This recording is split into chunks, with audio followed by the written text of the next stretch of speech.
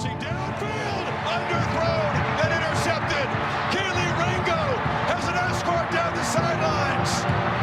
Heartbreak, longing, despair, letdown, choke. These are words Atlanta sports fans are all too used to hearing. Until now. Dansby throws to first base. Is this happening? No more negative expectations. No more playing the victim. No more fair weather freeloaders. No more. 38-yard field goal by Morton Anderson. The hold, the kick, it's on the way, it's up and going. The Falcons are going to the Super Bowl. The Falcons are going to the Super Bowl. From the Mesmerized Studios in Woodstock, Georgia, Bleav Entertainment proudly presents Bleav in Atlanta Sports with your hosts, Robert Taylor and the Commissioner, Mark Rich. Well, we are back for yet another fun-filled, action-packed, exciting episode of Bleav in Atlanta Sports with me, Robert Taylor, the Commissioner, Mark Rich. We're now at a dozen. If you were going to put our episodes in an egg carton, we'd fill it up. We have a dozen episodes we'll have a dozen episodes under our belt when we get done with this one. But welcome back. We're glad you're tuning in. Thanks for tuning in, all of you out there. We see the numbers. We're big in France, by the way. We have quite a few downloads from the Republic of France. So Jean-Pierre, thank you, my friend, whoever you are. Could be a girl. I don't know. How do you say thank you in French? You got me. I feel like that we should know that. Maybe we could pull out the Google Translator. But yeah, Ireland, man, we are internationally known now because there's Ireland, Denmark, France. We got a lot, man. There's a cool little dashboard on the Bleav Podcast Network that lets you look at that stuff. And I was surprised that internationally known because we're known to rock the microphones. Indeed. And I want to address something to start the show because some people have mentioned this to me, and it may seem that way, but it's only because I'm old school. People say I've been beating up on the Atlanta fans a little bit. Maybe I'm anti-Atlanta. No. But that's not true. It's simply not true. It's just because I love my town and my team so much that when some of you out there, and I'm trying to help you, but a little bit of it's tough love, when you say ridiculous things. Also, we were spanked as children. That's true. Not a lie. And parents, teachers, it didn't matter. Next door neighbors, anybody had kind of carte blanche to put a whooping on you if you got out of line. My parents were like, hey, if he gets out of line, just give him a smack. I can't reach him, and you can. Yeah, So, no, I just think, and we talked about it last episode, that there is this kind of toxic divide, this toxic mentality of people in the fan base of Braves everything, like Dansby Swanson goes 0 for 3, and the next morning you want to run him out of town, or you hate Matt Ryan for some reason, which, by the way, we are going to have our friend Jared Wilson from Bleav on here soon. He lives over in Alpharetta. Used to work for the Hawks. Stay tuned. There could be some big Hawks news for us. I'm not going to – it's exciting, but I'm not going to say anything yet. But we have help something. Us, E.T. Yeah. Our buddy's going to help us out. But he's going to come on and debate whether or not Matt Ryan's a top 10 quarterback. I said it's gospel here at Bleav in Atlanta Sports because I fully believe it is. The numbers don't lie. I will bust out. I wish I would have saved my notes because I did it on Falcons Flight. The dude's resume is absolutely impressive. But – I digress. Back to the fan thing. We have a fan problem in Atlanta. We do. There are some fantastic, wonderful fans, but there are also some of you out there who just have diarrhea of the mouth, and you're not that educated when it comes to these sports here in the city and how teams operate and how organizations go about their daily business. And I've said it 1,000 times on this show. If some of you ran the organization, we would stink. we would be so terrible. So that's what we're just here to help. And if we get on you, we apologize, but we just want you to be better because we want to be perceived by the sports world as a little bit better. We are better. We can be better. We need to be more united, more on the same page, and that's all we're trying to do here. We'd like for our fan bases not to be a laughing stock. Yeah, and sometimes we are, without a doubt. So anyway, just get that out of the way. We just want everybody to kind of come together and be united. Nah. See what I did there? This is called a segue, what's happening now. Because now we're going to talk about, for the first time ever, I wish we had fireworks and noise and, let's see. We have some Atlanta United news. We're going to go out on the pitch. That's what they call it. Not the field. It's the pitch. So we're going to go out on the pitch. Quidditch? No, not Quidditch. Boy, man, it'd be cool if they, I don't care who you are, okay? Some of you are going to watch this and call us a couple of nerds, and that's fine. You can Not think wrong. what you want. I have become a little nerdish in my older age. I've embraced my nerddom. But you can't argue. If you've never seen it, then you don't know, but Quidditch is pretty badass. It's super cool. You have this crazy, awesome, like rocket ship of a fast broom. You have this little flying, what is it? I forget what it's called. The snitch? Yeah, the snitch. You got to catch a snitch. How gangster is that? Yeah. It's a gangster game. They have I think they have some. We're sort talking of about like, Harry Potter for those of you who aren't picking up what we're putting down right now. And by the way, for those of you who may have missed that episode or missed that, we are Ravenclaw all the way. I didn't consult Mark; he just has to live with it. So, actually, if I had to say in the real world, like if we were in front of the hat, you would totally be a Slytherin. You think so? I think you're Slytherin. I do. Because I'm super smart. I think you're Slytherin. But that would make me Ravenclaw. I don't know. See? Slytherin, do you think I'm ambitious? Yes. I don't know why, man. You just look kind of Slytherin-ish. Ooh, That's not even a word. I just made up a whole brand new word. Man, Slytherin-ish. I could see you culminating some plans with Snape. I feel like you guys would be boys. Maybe old me. I don't know if new me is Slytherin material. So you're kind of like how I have Snape. too many feelings now. How Snape at the end of the movies, he kind of turned over a new leaf, so to speak. Or actually, he was kind of a good guy the whole time. He was just he was making moves. If I was a sleeper in the Slytherin organization, now I can see that for me.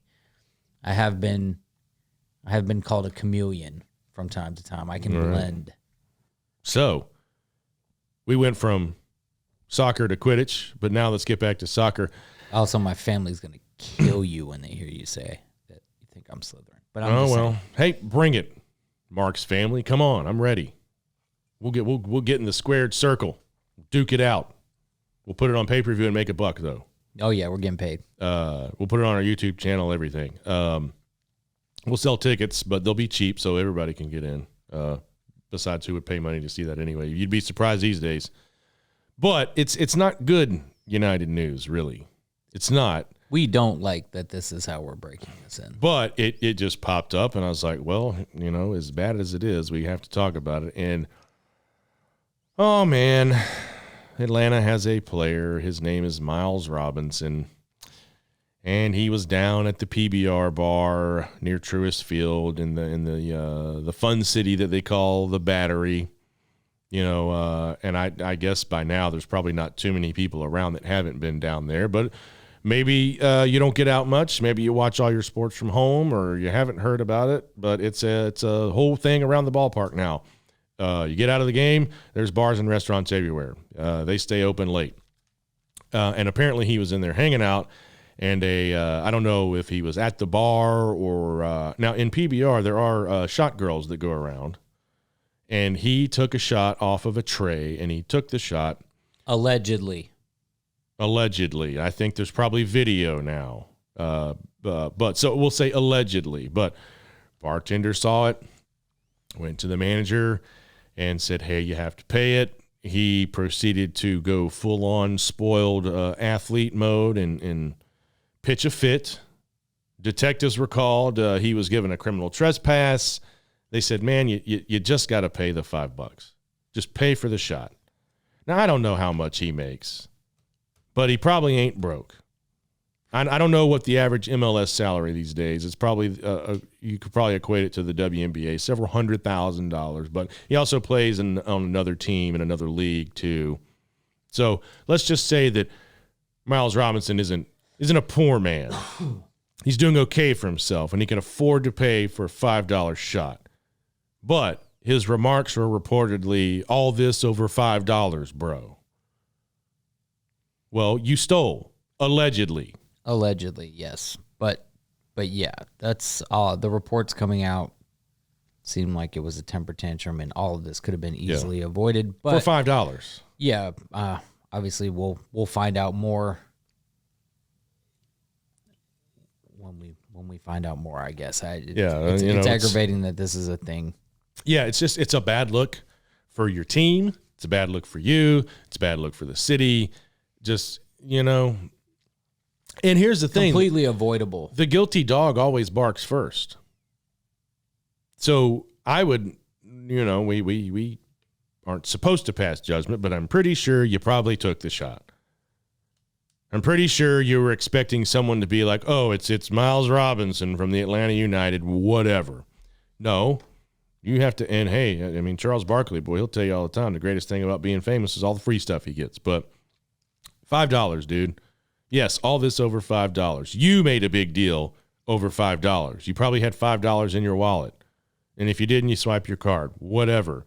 It's just a bad look to have that come out in the news.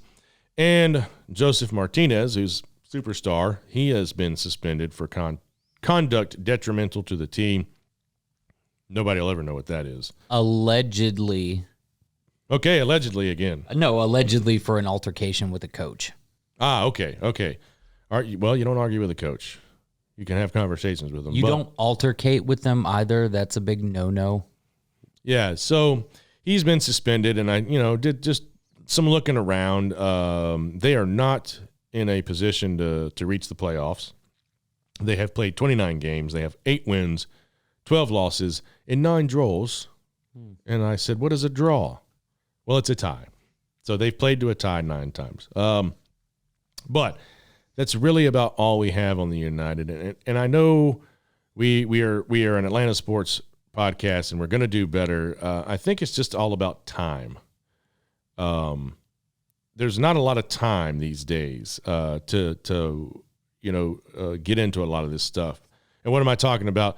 He has a full-time restaurant job, which a full-time restaurant job means 50-plus hours a week.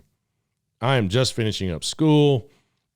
I have a part-time job at Publix. I got some other projects I'm dealing with.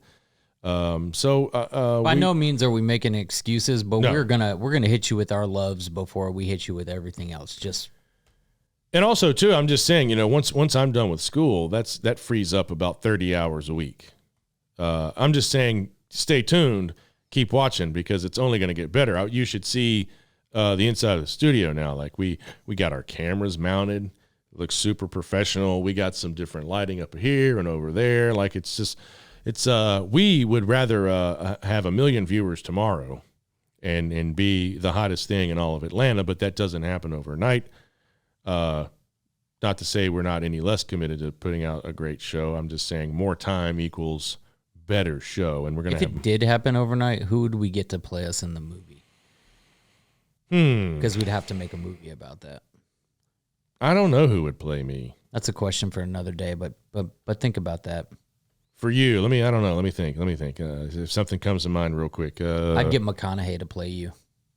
Yeah? I don't know, man. That's a handsome dude. He's a slick talker. That would be doing me some favors, boy. If Matthew McConaughey played me, they'd have to ugly him up a little bit. they'd have to ugly that dude up to play me. Tom Hardy. I'll go Tom Hardy as Mark Rich. Oof. Okay. I appreciate it. Yeah. So, but yeah, I'm just, it's a lot sometimes to stay on top of your studies and, do your best at work. And there's a couple of little things that you guys, I've mentioned it on the show, but we don't have to get into it again. Just, life, there's things in life that kind of take up your time, and those things are going to be falling off my plate very soon, and I'll have more time to devote to this venture we're getting into. And so, yeah, we're just saying. And I decided that I don't need sleep anymore. Yeah. It's a lot more coffee, a lot less sleep, a lot more for you. But no, look, meth, not even once, okay? I swear. Let's not go down that dark road. Also, now all I can hear is Alfie Solomon in my head. Maybe, though, for the movie, you do pick up a nasty meth habit. What do they call that? Dramatic license? Maybe for the movie when they make the... Tom Hardy does. Yes. Maybe in the... straight method on the... Yeah, maybe in the movie you develop a nasty amphetamine habit to... and then you spiral out of control and you tear the studio apart. That would have to be a quick rise and fall movie. Yeah. Overnight success, instant destruction. Yeah, we'll just for the sake of the movie, you'll develop a nasty methamphetamine habit. At this point, regardless of what happens with this podcast, I need Matthew McConaughey and Tom Hardy to get on board with this movie. Period. If anybody knows their people, to reach out. I'll call my brother out in L.A. He's actually a writer, director, actor, producer, does stuff for the Groundlings. I think we're taking. He's a great guy. His name's Simon Starles. Maybe we're about to take down Sundance with this. Yes, absolutely. The Toronto Film Festival. We'll be at Cannes doing a podcast from Cannes. Well, how great would that be? All right, now we're just getting stupid. Okay. Yeah. Focus. Now we're just saying things to be saying things. Were we talking about sleep deprivation? I don't remember. Well, we went from Harry Potter. So in this episode so far, we've gone from Harry Potter to meth habits to the Atlanta United to Tom Hardy and Matthew McConaughey starring in a film about our rise to podcast fame and fortune in the city of Atlanta. Wow. Maybe it is the lack of sleep that has caused us to wander down this weird path. All that from just trying to talk about soccer. Maybe we should talk about soccer more often. I don't know. It's a hell of a catalyst. When you bring soccer up, shit gets weird. So yeah, and again, we're the point of all this incoherent babble that you're listening to is that you just got to keep tuning in because we're going to keep making shows and they're only going to get better. We're just so excited to be doing it that we want to strap this thing to a rocket ship and fly off to Mars, and that's not how it works. There's steps and you got to build, and we just have to. Life happens outside of the podcast studio, and no matter how much we want to be inside, there's other things happening. Yeah. So that's always going to be a factor. You're going to help us get there by tuning in, giving us feedback, and telling all your friends, and having them tell their friends, and they tell two friends. My famous, it's not famous. Anybody that knows me would say it's famous quote, but I always say, tell your friends, tell your neighbors, tell your friends' neighbors, and your neighbors' friends. Tell everybody. But yeah, we're just going to keep showing up, even if we see one view on YouTube and one download on Bleav. We're just going to keep crushing episodes and getting out there. Then we're going to see more views because we're going to go back and watch and see what we did wrong. Yeah, we'll just beat ourselves up about it. I'll use my IT degree to build a scripting loop that'll just replay the episodes over and over again to make us look like we have a lot of people listening. But so we got to stop. Cut that part out. We can't tell our trade secrets. Yeah, we got to stop. We got to stop talking nonsense here and get to some sports. The Atlanta Braves. Y'all like the Braves? Yeah. Who doesn't? Well, everybody outside. Well, no, there's people outside of Atlanta because our friends at the Superstation back in the day made a lot of friends in the United States and elsewhere. But we find ourselves today a half game out of first. We were tied for first. I think there's an MLB conspiracy. They hired a cloud seeder to cancel a Mets game, so they'd have to play a double dip against the Pirates, and now they're one game ahead of us in just games played, so we're a half game back, but it sure do look like them Mets be metting because they dropped 2 games to the Nationals 7-1. Pirates beat them. Marte is now injured. He's got a fractured finger. Scherzer, is having that. He had an abdominal thing earlier in the year on his left side. Now that's catching up with him. He's going to be on the 15-day DL. And I had one of these argumentative, I just got to put in my 2 cents and disagree just to disagree, even though I really have nothing to base it off of, Twitter GMs who said it didn't matter. Now, when you are in almost the middle of September, and this is a race. We are in a race now with the Mets. And you lose Scherzer for what could be 3 to 4 starts, that absolutely is huge. And this, I preface this by saying, I put out on Twitter that the division was ours for the taking. It's ripe for the picking. And he's like, don't jump to conclusions. It's not That's a conclusion. not jumping. That's just a plain fact. Yeah. If we lost Kyle Wright right now for 4 starts, I'd be like, man, that is not good for us. Really good for the Mets. 4 games, those are 4 games they don't have Scherzer, that depending on who they plug in there, probably not going to be as good as Max, that they lose, that they don't need to lose. Having Marte out, I'm just telling you. Even if it's for preventative maintenance, putting him on the DL, it matters. Like, yeah. it certainly matters. Like, whether it's going to be ultra impactful for the playoffs or whatever, that's to be seen. But yes, it matters. When where we're at now, half game out, tied, every game is important from today till then. Every game's important. Every player is important. So, and I'm not saying I'm any better than you, random dude on Twitter. I'm just saying I'm more informed and I'm better educated about the game of baseball and how it works and what it means. Like, it's totally a big deal. I'm sorry. You're wrong. I'm right. Let's move on. So another thing we talked about on the last episode was our production and our bench. And I was worried. Now, our friend Ronnie has been doing a lot of DH lately. And our corner outfielders have, it's a combination of Ozuna, Grossman, Rosario. People will say Ozuna doesn't have a great arm, which, he doesn't really. But they've been doing okay. But I just want to talk about kind of how we've been doing since I said we have our last episode was called Houston, we have a DH problem. Just kind of wanted to run that down and give you some numbers. Don't have to talk about center field because our friend Michael Harris getting the job done.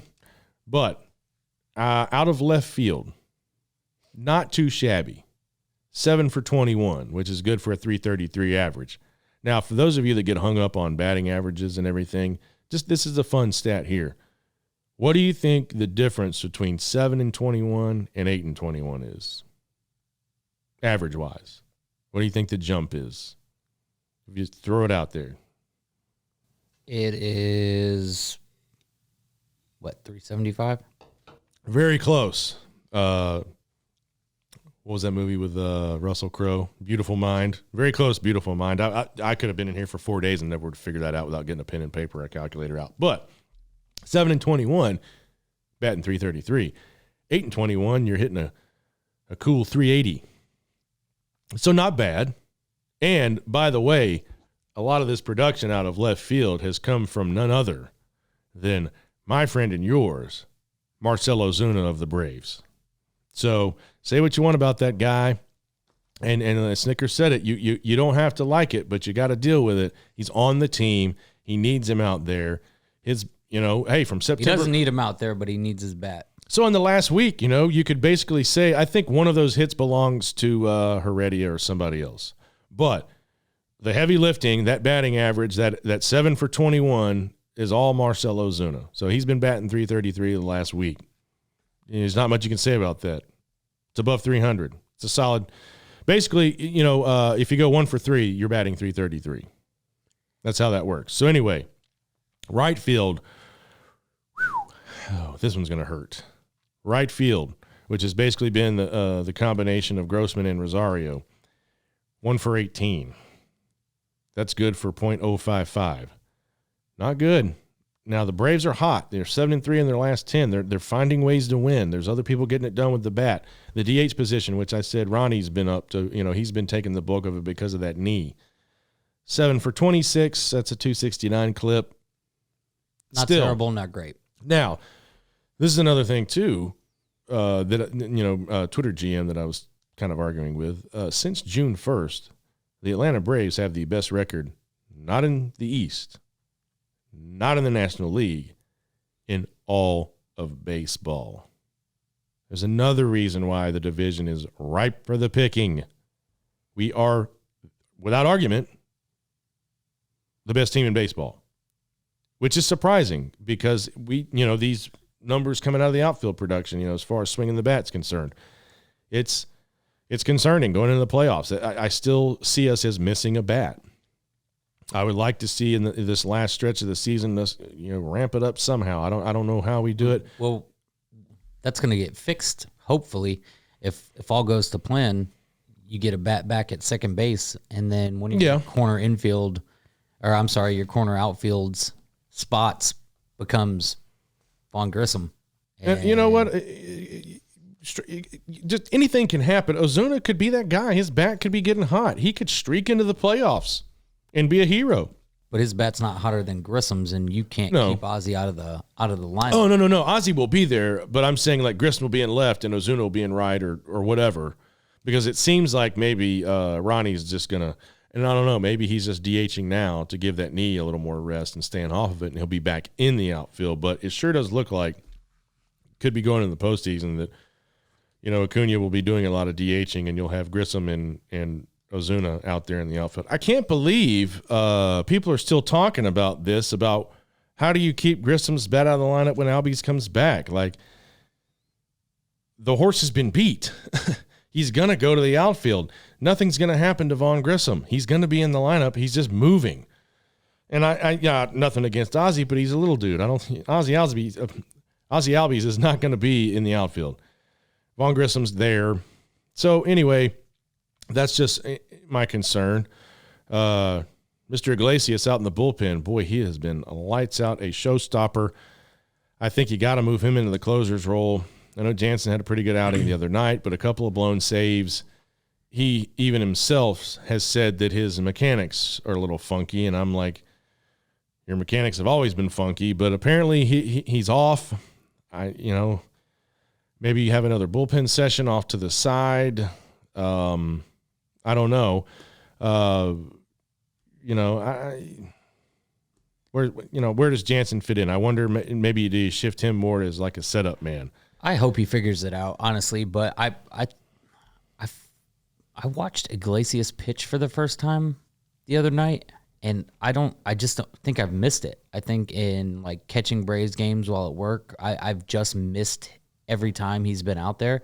But I watched him throw a few pitches, and the dude's got sick movement on his pitches. And like I watched him go from within 2 pitches. I watched him throw 83 to 95, and I was okay, like cool. I've never seen this guy. I knew your name, and I knew you were a big pickup for us, but I didn't know, and I'm excited about it. Like I don't feel worry knowing that he's coming in to close out games, but you want to be able to use that as a 1-2 punch and not as a consolation prize because our closer's down. He has a sub-1 ERA since joining Atlanta, and I was surprised that the Angels gave him up because they signed him to a pretty healthy deal in the offseason. So I just wonder Do you think that's us seeing the writing on the wall with Kenley? Like Kenley's going to be gone, and that's going to be his job after. I think so. I mean, Kenley's on a 1-year deal. I don't know. The only thing that I could see Anthopoulos working his wizardry is maybe being like Kenley. You kind of struggled a little last year, late in the season. Maybe you get him at a discount. I don't know. Does he like Atlanta? Is he enjoying the club? Like I don't know what happens. I don't think he's going to garner that much on the open market. Maybe he goes back to LA. I don't know, but I guess you can't put a real price on having an awesome bullpen, but like when we made that move, like I felt like there had to be some sort of writing on some sort of wall for us to go get a guy of his caliber, if that makes sense. We didn't have a real true shutdown closer. Will Smith was the guy, but he even said it when he left Atlanta. He's like, sorry, Atlanta fans, if I gave you some, panic attacks here and there. Like he wasn't his best. So yeah, I think Jansen will not be back. It was nice having you. I hope he gets some things figured out, and as we roll into the postseason, there's still plenty of time. There's still a few weeks. Yeah, we certainly need you for the rest of this year. Yeah, and I'm more interested in to see who that other starter is going to be and who's coming up with the September call-ups. It doesn't seem like Mr. Odorizzi he's not been doing well. I'll tell you who has been doing pretty well over his last 12 or so starts is Morton. And you can look at the numbers. They speak for themselves. Go do some – that's your homework assignment, Atlanta. Everybody kind of, poo-poos Charlie a little bit. But everybody go be friends with Charlie again. Yeah, he's done great. Look it up. He has not done bad at all. Sub-3 ERA in those starts. Ian, still down on the farm, working it out. Snicker still says that he's going to, be up and he's in the plans. So it's going to be interesting to see. But I think the one thing that I kind of want to shift to as far as the Braves is concerned is let's get the old that dead old Freddie Freeman horse out of the corral and drag it around the yard a little bit, only because during the whole drama, this guy Doug Gottlieb comes out and says that Casey Close never told Freddie about the final offer, and it was this big to-do. And worth noting, I don't think that's why he fired them. I still think something was not quite right. Something's not jiving. But Gottlieb did come out and said, I may have fabricated that a little bit. Yeah, my sources weren't as good as I thought. And so anyway, that's has come out. That's come to light. So maybe that eases things a little bit with the Dansby Swanson talks, which I haven't Googled that lately. Haven't seen anything in all the Brave stuff that I follow. Isn't he in the middle of a huge lawsuit though? I don't know. I read that he has called him personally to apologize. I don't know if the suit's been dropped. But some guy said that Close lost hundreds of millions of dollars and all this. And I'm like, not really. He didn't. Freeman fired him, but I wonder, this is an interesting question, since he brokered that deal and Freddie's under contract, because he fired him, is it in the contract that Close still gets some money, or because he fired him, I don't pay you anymore? I wonder, and again, maybe when we get old Brian Scott back in here, he can talk about contracts with us. I wanted to talk to him about that before, but we couldn't help ourselves. Or we could ask our friend coming up, Chris Mazzoni, who's going to be on the show.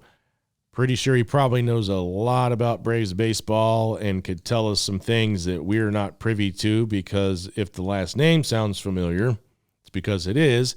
His dad is legendary Braves pitching coach and longtime Brave. I think 79 to 2005 he was in the organization. Leo Mazzoni was going to be here today, but he had a pet emergency, and I get that. My little dude at home is Merle. He's awesome. He's the greatest thing since sliced bread as far as dogs go and as far as I'm concerned. But I just dropped that on you. Chris Mazzoni is going to be on the show coming up soon, so he could probably tell us. But it's just the fact that, like, what did that guy hope to accomplish by just saying that? Like, or is he going to reveal his source? That's what I'd be like, kind of be interested in. Is he going to say where he got that information from, or is he just saying that because he really just pulled it straight out of his ass to make some headlines? He rips off his mask and it was Dansby. Yeah, Scooby-Doo style. But yeah, I mean, I don't know. I don't care really. I don't think there is no. That was not proper English there, by the way. I don't think there's a timeline to have Dansby's deal done, because I think it happens. I think he's here to stay. And maybe those talks have been put on hold because it's like, hey, let's not worry about this. We're going into the postseason. We'll get it done just shortly after. I can tell you this, of all the hot stove talk that goes on this winter, there ain't going to be much involving the Atlanta Braves, because we are locked up. The only thing I'll be interested to see is if this netting really does go down, and it's going to be fun to watch over the next few weeks, is DeGrom. He's already mentioned he was going to test the free agent market. It's already kind of been put out there in the atmosphere that, the Braves could be a leader to sign him.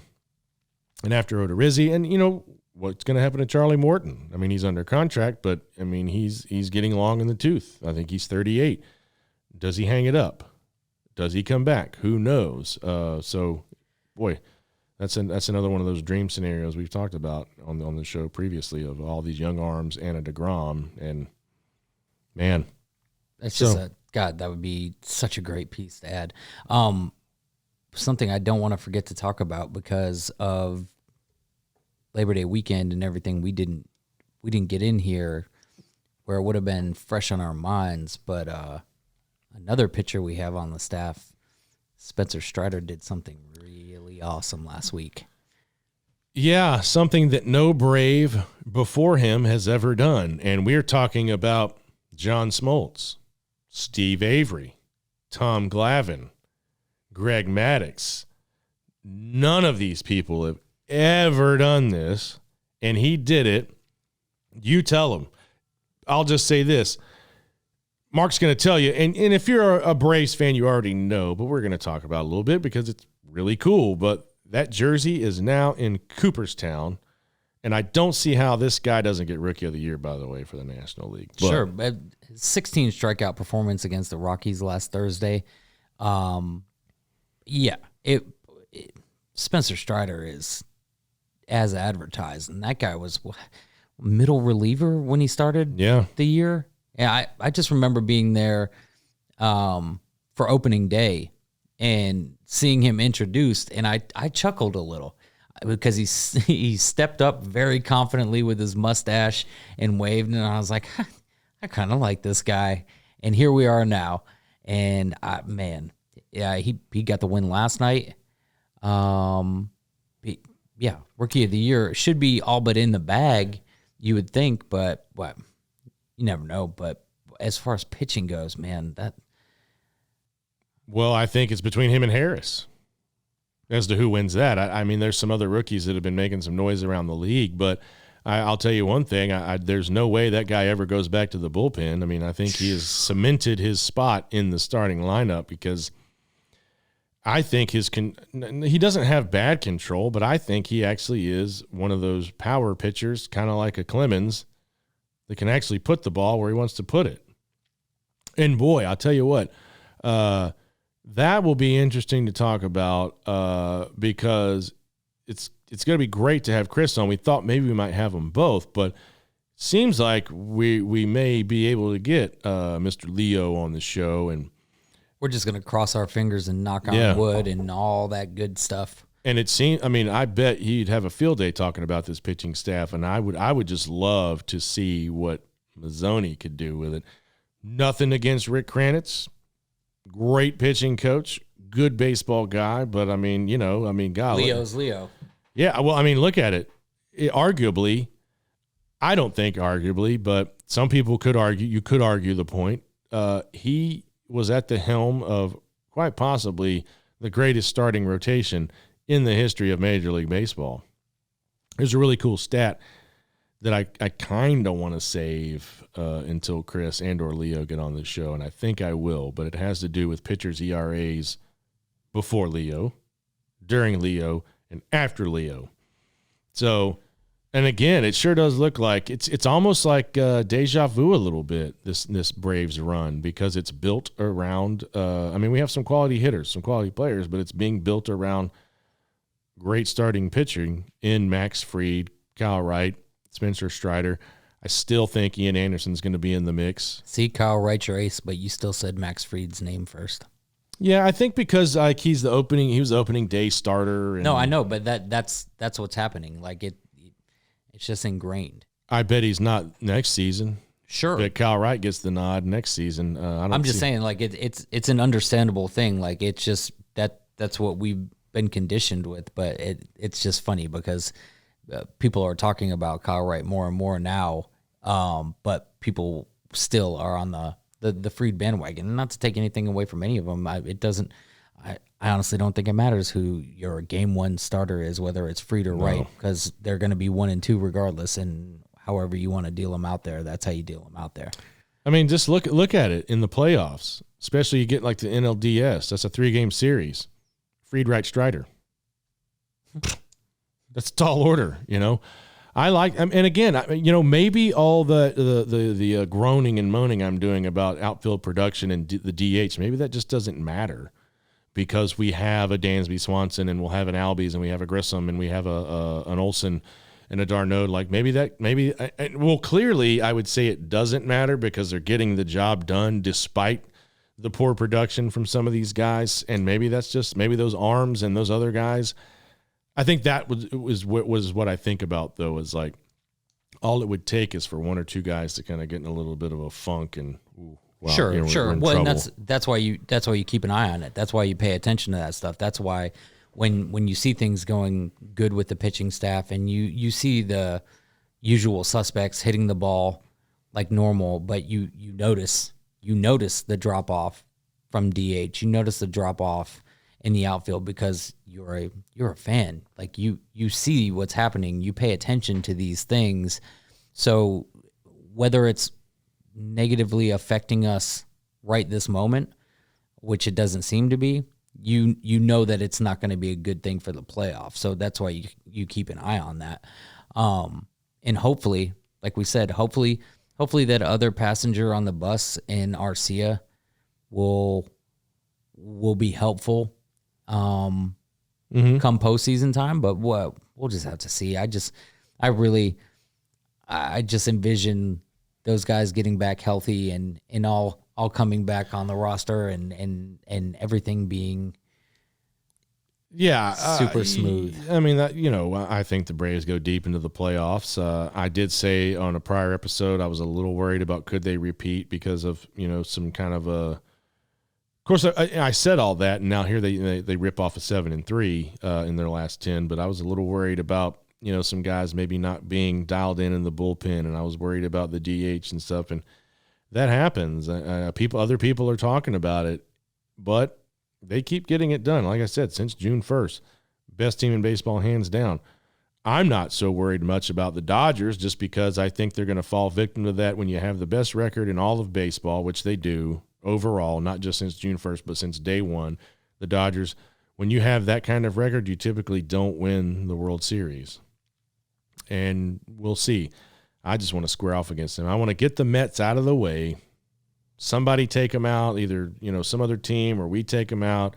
And I want LA again because last year they grumbled and groaned that they were tired in that Giants series, just like the Georgia-Alabama thing. Oh, we weren't at our best. Well, that's the game. So I want the Dodgers at their very best with Freddie Freeman over there on first base, and I want to take them down and go back to the World Series. Maybe take another bite out of the Astros. I don't think the Yankees are going to be there. Boy, they are P.U. They're still in first, but they've been sliding. Even Boone said they had some embarrassing. They had the worst month in like 30 years. Yes. Franchise. Yes. I can't tell you how happy that makes me because I hate the Yankees. Sorry, so much. Mitch. I don't know who. I don't care who you are. I hate the Yankees. I wouldn't. If my mother liked the Yankees, I would talk trash about her. God rest her soul. She's no longer with us, but she loved the Braves, so we don't have to worry about that. But point being, that's how much I hate the Yankees. If Mother Teresa was alive and was a Yankees fan, I would drag her name through the dirt. I wouldn't fabricate any stories, though. I have to say I am mildly enjoying Aaron Judge bashing the baseball around them. I'm enjoying that. But that's it. That's where I draw the line. Yeah, no, I want him to strike out every time because that's just how much. I mean, it's great for baseball to have those fun, You're chasing a diabolical records. hater. It's fine. I am, especially when it comes to the New York Yankees. I don't like them, but I also have respect for them because, they had Babe Ruth, Lou Gehrig, Yogi Berra, Whitey Ford, Roger Maris, Mickey Mantle, Phil Rizzuto. The list goes on and on and on. They are a very great, storied franchise. 27 world titles. I didn't even throw Derek Jeter in there. Mariano Rivera. I mean, good Lord, But that's not really why I hate them, and we don't got to get into all that. But just F the Yankees, pretty much. F them. F them all day long and twice on Sunday. So that's pretty much it. And obviously we don't. I think we got about it covered. As far as the Braves go in the playoffs, they're coming. We're winding the season down. I guess we could mention that this time next week we'll be preparing to go out to let me get it out. We're preparing to go up to Canton. We our first golf tournament that we're involved in, and it's also their first annual golf tournament, the Aces and Experiences Foundation. Aces is a youth home. The Experience Foundation is kind of like a Make-A-Wish thing. But at the Fairways of Canton, Friday, September 16th, 8 a.m. registration, 9 a.m. shotgun start. There are no more slots available. All the holes have been sponsored. All the teams are signed up. It's going to go down. Mark Wohlers is going to be out there. Terrence Mathis is going to be out there. We're going to be out there sitting in the shade with a cooler. Waiting to make friends. Of, icy cold beverages, not adult beverages. Just icy cold Coca-Colas and some good sandwiches, and we're going to sit out there and watch some golfers come by and shake some hands and make some friends and introduce ourselves.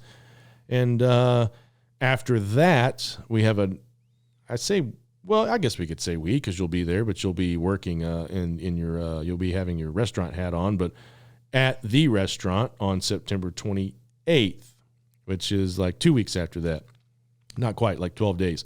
We'll be doing a event there for the It's the Journey annual walk in Atlanta. It's a 30-mile walk for breast cancer over 2 days over the weekend. We check into the Marriott. Brian Scott and Foot Solutions are a sponsor of this. We already talked about it, but I'm going to talk about it again. I got my Noeens. I got my insoles. I got my Brooks. Tim, who you've met on our first episode, who allows us to use these great facilities, he got his. He's loving them. So we're going to be down there walking. But on the 28th, we've got Justin Davis. We've got Sony eminent recording artist Tyson Halford's going to be there. I think his producer Chaz Childers is going to play some keyboards. And actually, we have an auction, and I wish I had the name right now. I'm not prepared. Angel Auctions, actually, it just popped in there. And our friend Brian Pruitt with the golf tournament set that up for us. They're going to have some items to be auctioned off for charity. We're going to be selling T-shirts. It's a pink out. Wear your pink. I think Mark's going to push the employees to wear some pink. But, yeah, it's just going to be a fun night to raise money to take to the event over the weekend. So September 28th is going to start around 5 o'clock. We'll have some killer food specials, craft whiskey bourbon cocktails for you. It's going to be a wonderful time. Music's always impeccable. It'll be a big party. Yeah. And there could be more calls to celebrate, but we don't want to get into all that. September 28th could be a really big day for me besides that, and we'll talk about it later. But, a lot of cool stuff going on coming down the road. We got the Braves going into the playoffs, and then the Hawks season fires up pretty soon. Stay tuned about our Hawks news. Could be big. We got Chris Mazzoni coming up. Pretty sure his pops Leo is going to come on the show. We're going to have Jared Wilson come on, who used to work for the Hawks but is now head of social media at Bleav. Still trying to get Will McFadden, some scheduling things there with the Falcoholic. Probably going to have to come in here at night because he's a working Joe like the rest of us while he tries to get his sports hustle on. So a lot of good stuff coming up, a lot of great stuff to talk about. Man, over the next month and a half, our shows are going to be jam-packed because Georgia's playing now. Falcons are playing now. Braves are in a race to win the East and then run into the playoffs. And the World Series will be still going on by the time basketball starts, and whether or not the Braves are there remains to be seen. I will say, despite what I've said, I'm starting to lean the other way now, even though on our episode where we talked about our DH problem, I said I wasn't sure if things were lining up, but hey, I'm allowed to change my mind. It's America. But that being said, we're going to get out of here.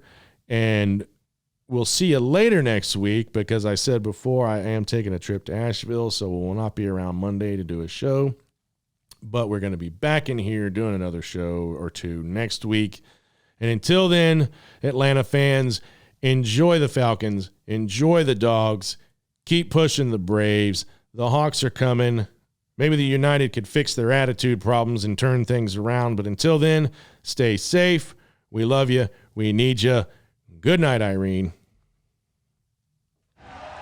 Do you believe?